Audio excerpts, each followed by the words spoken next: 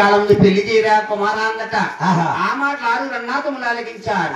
ఒక సోఫా గదిలోకి వెళ్ళి మీటై ముస్తాబులు అవుతున్నారు. రాజుల ముస్తాబులు ఏర్పాటు. రాజస్టింగ్ ఆనాడు ముస్తాబులు ఏర్పాటండి.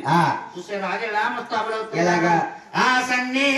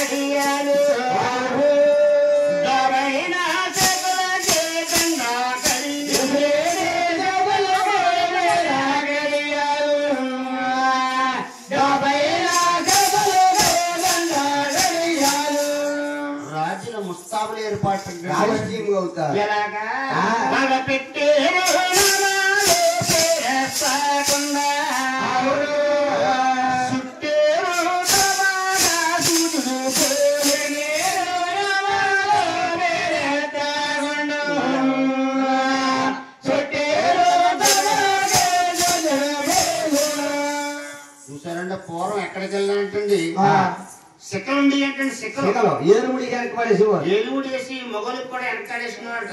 మన దునియంకర్ గారు ముళ్ళు అంటారు ఇంకా సాయి చూడు. ఆ రోజుల్లో శిఖలుండి ఏంటంటే మగవారికి అందరికి కూడా. మరి ఇప్పుడురా ఇప్పుడు ఏం శిఖలేదు చుట్టూరు తీసేస్తుంది మయోలు ఇచ్చినారు పెంట కుప్పలాగా.